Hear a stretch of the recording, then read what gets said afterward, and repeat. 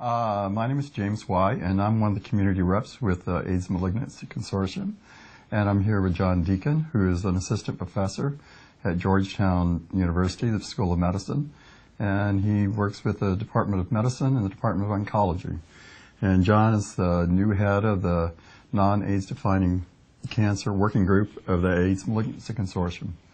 And maybe you could tell us a little bit what the non-AIDS defining cancer working group does. Will do. Thank you very much. It's good to be here.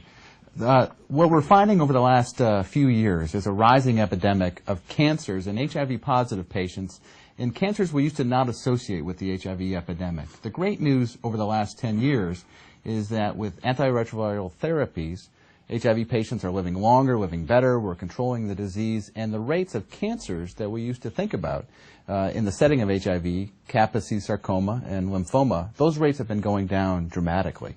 But unfortunately, and for reasons we still don't understand, the rates of certain cancers, lung cancer, head and neck cancer, kidney cancer, liver cancer, are going up significantly in patients with HIV. So what the non-AIDS defining cancer working group is trying to understand those cancers, why they're happening, and how best to treat them in the years ahead. Specifically, are you working on any specific protocols that are, what are you working on right Exactly. So we're trying to understand two key parts of this rising epidemic. One, with the HIV medicines, the antiretroviral therapies that are working so well to treat HIV, many of them can have interactions with other medications.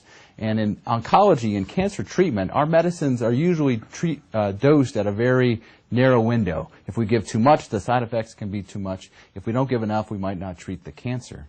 So in the setting of antiretroviral therapy, we're trying to understand the new exciting medicines that have been developed to treat cancer and to see if we can give those dosages of those medicines to HIV patients who are on HAART. So our first protocol of the non-AIDS defining cancer working group was understanding a new drug called sunitinib, or Sutent, which is a new agent that's been approved to treat kidney cancer and now being tested in over 100 different trials to treat malignancies. We're trying to find out if there are any issues in giving sunitinib to patients who are on HAART therapy. That's our first protocol. We opened it a year ago. We're almost done, and we'll have results soon, we hope, in terms of if there are any issues giving this new medicine, this new exciting anti-cancer medicine, to patients with HIV who are on HAART. Our next protocol that will be opening soon is understanding also another new agent called vorinostat and giving it with combinations of chemotherapy to treat lung cancer, head and neck cancer. Again, these common cancers are rising. So that's our next study that will hopefully be opening up later this year. Is there anything specific about the non-AIDS defining cancers that is that you've learned so far from the research? Or? So far, for most patients, the medicine we're focusing the most on is ritonavir. We know that Norvir has a lot of potential to interact with anti-cancer agents and other medicines. That's the one we're focusing a good deal of effort on, given how well that's used to treat HIV in boosted therapies. And we're not seeing significant problems yet, but we don't want to foretell that yet. So we have more study to do and this first study to be completed before we know if there are issues there or not. But meanwhile, there's a growing number of investigators and patients who are aware of this rising problem. And we just want to assure patients that we're trying to understand this. We'll have trials open to patients who are diagnosed with these cancers, but we need their help. We need their participation in clinical trials in order for us to answer these questions. So the good thing about the AIDS Malignancy Consortium is we have centers around the country doing these studies and affiliate sites that are opening up by the year. So please, if patients unfortunately do have these cancers, come find us so that we can help you understand it better and treat it better for you and people to come in the future. Is age a factor? Good question. We know that the one thing we know so far is it seems like the duration of an HIV infection does increase the risk. Now, it's not automatic. We're just saying that for patients who have HIV, they're at a higher risk than patients in the general population. So the rates of head and neck cancer are not dramatic, but they're higher in patients who have HIV and the longer they've had HIV.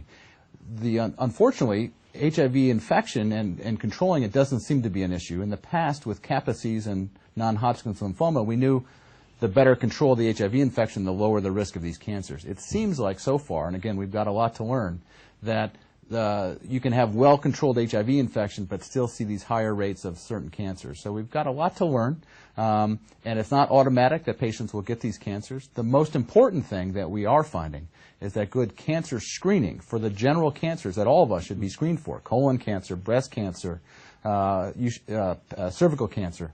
Regular cancer screening and regular evaluation by your primary care doctor is critical for patients with HIV, because we know that they'll be living longer and living better. We want to make sure we catch these cancers if they do occur at an early stage. Are people with AIDS getting cancer sooner? That's a great question. It seems like there's a little information so far in these larger epidemiology studies that certain common cancers, colon cancer and breast cancer specifically, the rates are not higher, but they are occurring at an earlier age for reasons we don't understand. Now, maybe in the years ahead we'll be starting screening for those cancers at an earlier age, but right now we don't know enough to change the standard recommendations, which is, there's debate about these screening recommendations, but in general, breast cancer screening should start at 40 and colon cancer should start at the age of 50. That may change in the years ahead in patients with HIV, but standard screening is the most critical component to have good health and to avoid these cancers in the future. So, well, thank you for spending time with us. And anything else you know? The important thing is we're seeing this, but we're on top of it, and we're going to try to understand it in the years ahead and come up with the best treatments for patients and avoid the big pitfall that's been the case in the past. In the past, unfortunately, patients with HIV oftentimes were excluded from clinical trials, testing out these new medicines and new therapies. What we're trying to do is break down that wall and break down the perception that patients with HIV who now have a cancer can't be treated as aggressively as patients who are HIV negative. But we need patients, we need their help to enroll in these studies to prove that point. But hopefully in the months and years ahead we'll be breaking down that barrier, that misconception of how best to treat cancer in patients who also have HIV. Well, thank you. As a person with AIDS, I appreciate all the time and effort you're putting into it, and thank you for saving our lives. Thank you very much.